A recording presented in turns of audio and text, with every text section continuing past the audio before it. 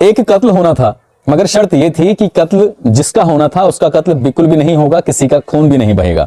ऐसा ही होता है कि कत्ल भी नहीं होता है, खून भी नहीं बहता है, फिर भी पुलिस उसी व्यक्ति को उसी के खून के इल्जाम में गिरफ्तार करती है और गिरफ्तार करने के बाद जेल भेज देती है। हुई ना अजीब सी बात। पुलिस भी जानती है, वो खुद जानता है, आसपास के लोग जो देख रहे हैं वो भी जानते हैं कि किसी का जब खून ही नहीं बहा है, किसी का जब कत्ल ही नहीं हुआ है, तो पुलिस ने आखिरकार क्यों गिरफ्तार कर लिया है और क्यों जेल भेज दिया है।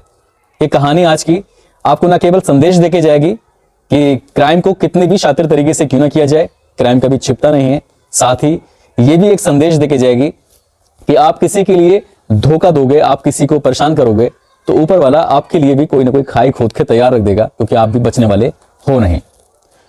आदाब, नमस्कार, सत श्री अकाल। मैं उस्मान सैफी। आज की जो सच्ची घटना मैं आपको सुनाने जा रहा हूं, ये सच्ची घटना है बिहार प्रदेश का एक जिला लगता है हाजीपुर वैशाली, और इसी जिले की एक थाना है पातेपुर वाली। दरअसल इसका गांव है भूसाही।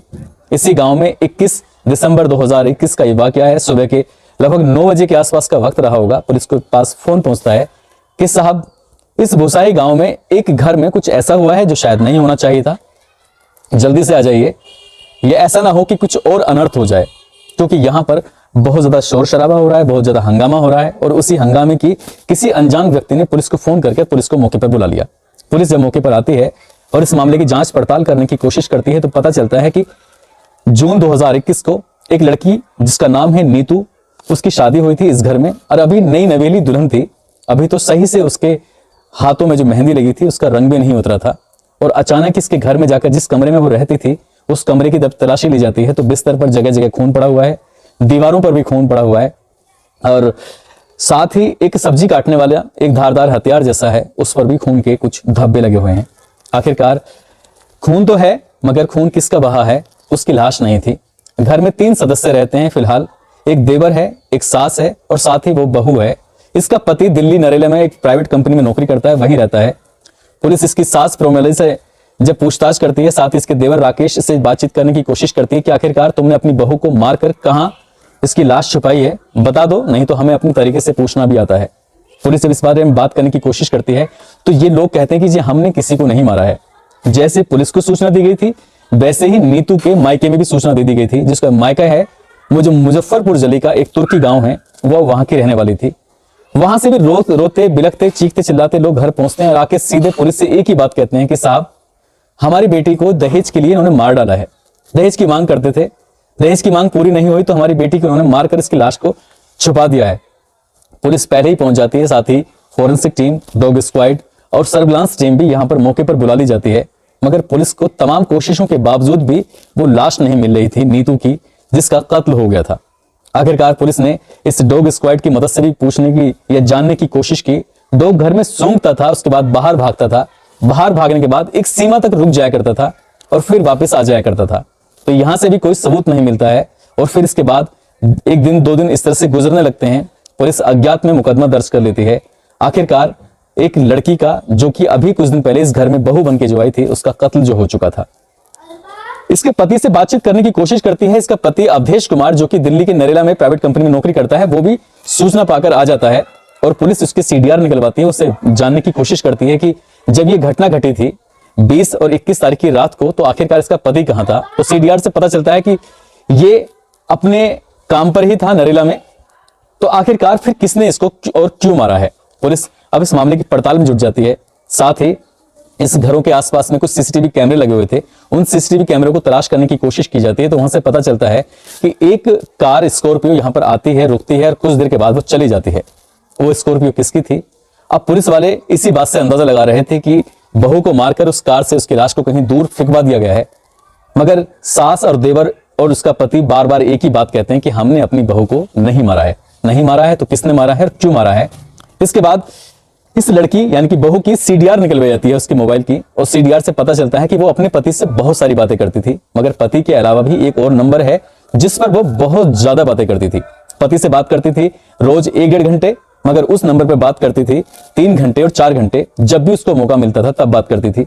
ये कौन है? जब इसके बारे में पता निकाला जाता है तो पता चलता है कि ये जो बहू है इसकी भाभी का ये भैया लगता है, यानी कि दूर का रिश्तेदार है।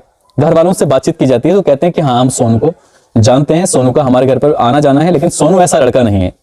लेकिन पुलिस के लिए ये एक शक था और मुख्य जो अब आरोपी है पुलिस की नजर में अब ये सोनू कुमार ही है। साथ ही ये भी पता चलता है कि उस दिन जो यहाँ पर स्कॉर्पियो आई थी वो सोनू कुमार की ही थी, क्योंकि इनकी रिश्तेदारी में बाकी किसी के पास स्कॉर्पियो थी ही नहीं। सोनू कुमार मुजफ्फरपुर जिले का रहने वाला है। पुलिस उसके पास जाती है और जाने के बाद जब पता करने की कोशिश करती है, उसके घर की दरवाजे की बैल बजाती है, तो अंदर से एक लड़की निकल के आती है और वो लड़की कोई और नहीं थी बल्कि खुद नीतू ही थी। नीतू का चेहरा उस चेहरे से मिलाने की कोशिश की जाती है जो चेहरा घर वालों ने एक फोटोग्राफ्स दिया था और वो मैच कर जाता है। पुलिस उसे देखकर वाकई हैरान रह जाती है, सकते में आ जाती है कि जो मर चुका है वो आखिरकार जिंदा कैसे हो सकता है।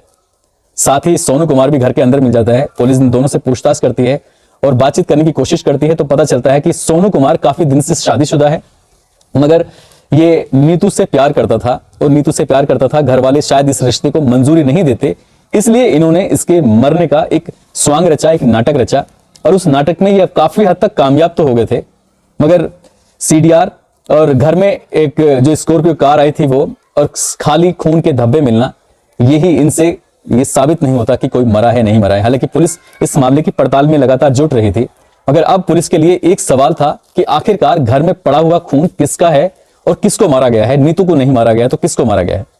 जब पुलिस इन दोनों से सख्ती से पूछताछ करती है तो पता चलता है कि 20 तारीख की रात को इसने ब्लड बैंक से सोनू कुमार ने ब्लड लिया था और ब्लड लेने के बाद कुछ घर में इस तरह से फैलाया, इस तरह से फेंका जिस तरह से किसी का खून किया जाता है, किसी का कत्ल किया जाता है।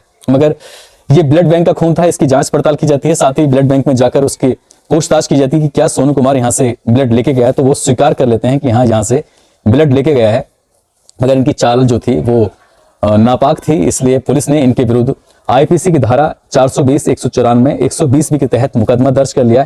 यहाँ की जो एसडीओपी है पूनम केसरी, वो कहती हैं कि इन्होंने बहुत शातिर तरीके से काम किया है और अपने ससुराल वालों को फंसाने के लिए नीतू ने जो ये स्वांग रचा था कि कत्ल तो होना है मगर किसी को मारना नहीं है, किसी का कत्ल नहीं करना, सिर्फ एक नाटक करना है। इसलिए इनके विरुद्ध मुकदमा दर्ज करके जेल भेज दिया गया है।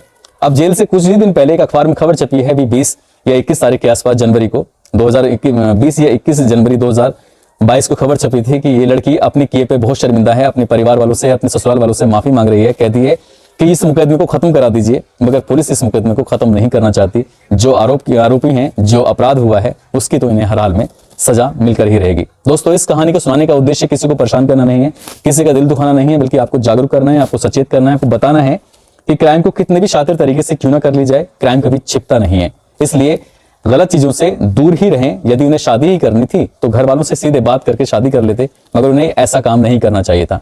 जाते जाते मैं आपको बता दूं, आज 24 जनवरी 2022 है, जो कि एक भिवाड़ी अलवर राजस्थान के रहने वाले आज्ञा राम तिवारी हैं। आज इनका जन्मदिन है। जन्मदिन की आज्ञा राम जी आपको बहुत बहुत बधाई, शुभकामनाएं। और आप कहते हैं कि मैंने इनकी सारी वीडियो देखी है, खासकर इन्हें मेरी वो वाली वीडियो बहुत पसंद आई थी जिसमें मैंने अपना सिल्वर प्ले बटन जो था उसको ओपन किया था। उसमें मैं असल में इमोशनल हो गया था, तो उसी पर इन्होंने एक मेल लिखा है। तो आपको आज्ञा राम जी जन्मदिन की बहुत बहुत शुभकामनाएं। साथ ही एक और मैसेज है जिसने मुझे बहुत गुदगुदाया है, बहुत ही हंसाया है, और मेरे घर वाले जो इस मैसेज को पढ़ रहे थे, खासकर मेरा कैमरामैन, मेरी वाइफ, वो भी बहुत ज्यादा हंस रही थी। असल में ये फर्स्ट आने के चक्कर में, ये इनका नाम है कुंजी कोहली हैं, और ये फर्स्ट कमेंट करने के चक्कर में घर में भाग कर आते हैं और भागते भागते इनका पैर गोबर में चला जाता है। जिस तरह से करके गोबर तो साफ कर लेते हैं, मगर ये घर में इतनी तेजी से आते हैं कि मिट्टी का चूल्हा था, उस चूल्हे में पैर लगता है और चूल्हा फूट जाता है। तो आपके ये मैसेज है जो मैंने स्क्रीन पे लगाया हुआ है। तो कुंजी कोहली जी, ऐसा काम मत करिए जिससे कि आपका नुकसान हो और परिवार वाले भी आपको परेशान करें। तो ऐसे ही कहानियां देखते रहिए। मुझे ऐसा लगता है कि बहुत सारे लोगों ने अपने सब्सक्राइब तो किया हुआ है, लेकिन उसका जो बेल आइकन है उसको नहीं दबाया है, जिससे नोटिफिकेशन के पास नहीं पहुंच रहा है। तो जिन लोगों ने बेल आइकन नहीं दबाया है उसको आप दबा दीजिए, ताकि आपके पास नोटिफिकेशन आ जाए और नई कहानी जो हर रात 8 बजे आती है वो आपको मिलती रहे। दोस्तों, अपना ख्याल रखें, सुरक्षित रहें। जय हिंद, जय भारत।